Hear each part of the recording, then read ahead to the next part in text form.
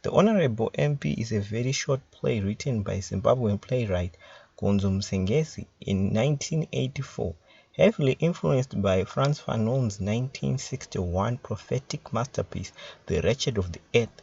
It deeply satirizes an honorable member of parliament, Shakespeare Pende, who turns out to have little to no qualities that are actually honorable about him. Pende's sins, as catalogued in the play, are many, such as looting national funds, corruption, immorality, and misgovernance. The short play begins with lead character Shakespeare Pende with his young mistress Isabella and teacher Mr. Choto as they chat and sit in his lavish home. Shakespeare is a very pompous man who brags throughout about his expensive mansions, cars, and businesses that appear to be bought at the expense of the nation's wealth. Minister Pende is having an affair with the young Isabella, who is way below his age. However, when his wife Immaculate eventually enters, Shakespeare forces his young guests, Mr. Choto and Isabella, to act like they are married to each other to avoid arousing adultery suspicions from his wife. It works, and Immaculate also soon joins in the bragging about their extravagant, flashy lives. They appear more concerned with their wealth and status than the welfare of the public they are supposed to lead. Shakespeare and his wife buy houses and cars they never use, expensive flashy gadgets, businesses, properties, and expensive unnecessary trips at the expense of the nation's wealth. Corruption is continuously exposed as Shakespeare and his wife act like they are resellers behind closed doors when they are seen smuggling illegal diamonds from Kenya. Spencer, their poor, uneducated, and semi-literate gardener, who may as well be Gonzo's metacritical voice, is belittled by the other characters but appears to be the most enlightened.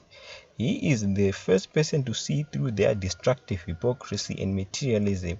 He labels the situation as, quote, Africans oppressing African now, and tells of how Immaculate is brainwashed by Western ways. Shakespeare is a socialist by day but a capitalist by night, meaning he strongly condemns corruption and capitalism but knowingly practices the same tactics he dispels in private. He loots national funds while creating a facade of nationalism and black solidarity for the people, distracting them in turn from noticing the real source of the nation's problems, which is his excessive looting of national resources. However, Shakespeare soon hears about the public delegation that calls for his replacement because they consider his government to be a leadership drought. Minister Pende is outraged and eventually decides to pay his constituency a visit and hold a rally for the purposes of sloganeering and falsely pacifying the impoverished public into maintaining their faith in him like he always does. Unfortunately for him, the poor this time at the rally is unmoved by his pleas and continued false promises. Led by the teacher Mr. Choto, the crowd of poor and suffering Zimbabweans begin to realize his hypocrisy and they backlash. They now see the real problem and consider themselves to be without a leader and even go as far as calling him directly a quote smuggler of the nation's wealth. The people reject him and effect a citizen's arrest on him. This sudden turn of events is too overwhelming for the disgraced MP, who faints at the scene. The play ends as the crowd chants revolutionary slogans for change and to overturn Minister Shakespeare Pende's rule.